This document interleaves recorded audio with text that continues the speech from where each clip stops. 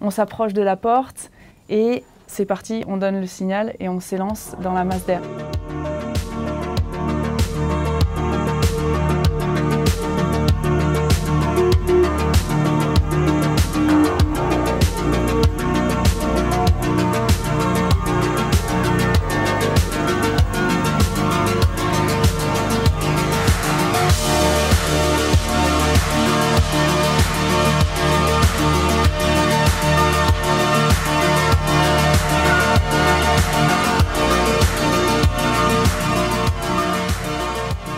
Alors moi, ce qui me plaît vraiment dans le free fly particulièrement, c'est le fait qu'on va complètement défier sa condition humaine, dans le sens où on va pouvoir évoluer avec la tête à l'envers et du coup prendre une accélération sur l'air qui va créer des déplacements complètement surhumains et se mettre à orbiter par exemple autour d'un point fixe, donc une autre personne ou un objet qu'on aurait emmené en l'air, et ça c'est fantastique.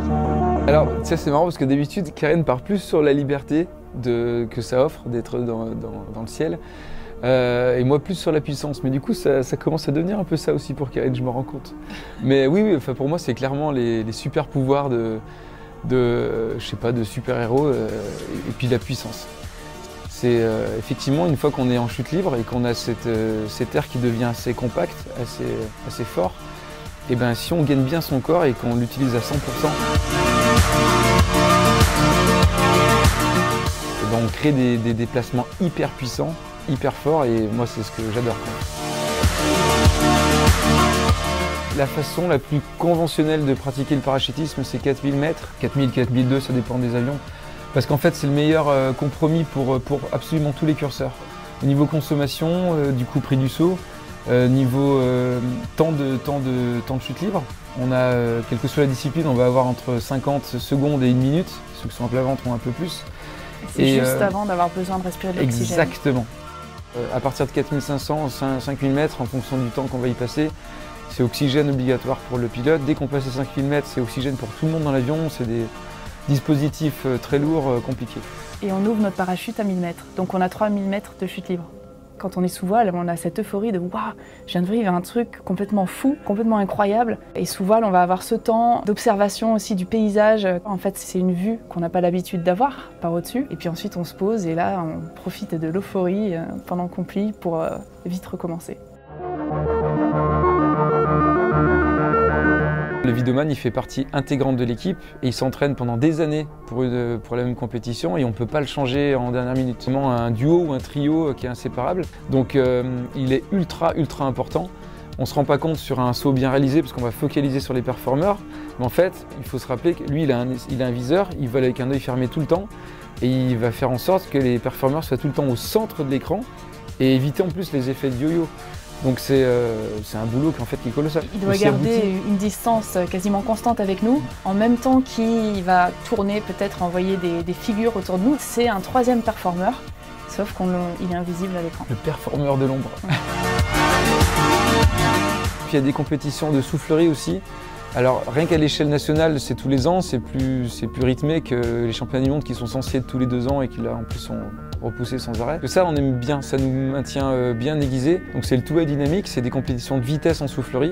Et ça, il faut tellement donner ces fameuses postures très gainées, très puissantes, que ça on aime bien le faire, je pense qu'on le fera un peu tout le temps.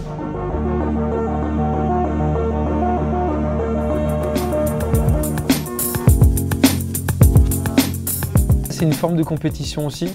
On va tous à Chicago ou en Arizona, c'est là où ils ont la plus grosse flotte aérienne. Et on fait des grandes formations, des vols en grande formation. Donc le dernier record, il a 164 personnes en 2015. Et celui en 2018 n'a pas marché, on était 200. Et on n'a pas eu une très bonne météo, il nous aurait manqué au moins 2 jours pour arriver à le faire. Et on a fait un 181 mais qui n'est pas homologué parce qu'on avait annoncé 200 et si on annonce un chiffre, il faut absolument l'atteindre. Ça, c'est une forme de compétition, parce qu'on est tous ensemble, on est les meilleurs justement free flyers du monde. Et ce qui est drôle, c'est qu'on n'est plus en train de se battre les uns contre les autres, là on est tous ensemble pour faire un même objectif.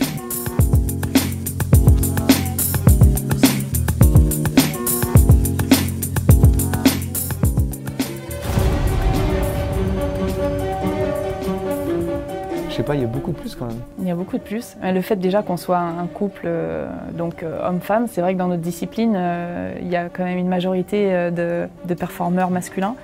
Et du coup, ça apporte, justement, chacun apporte un petit peu, j'aime bien dire, sa magie.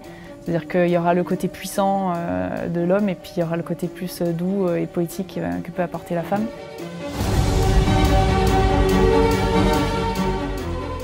Alors là, bataille. Shifumi. Waouh, déjà il faut redéfinir qu'est-ce que veut dire être courageux. Moi je suis courageuse.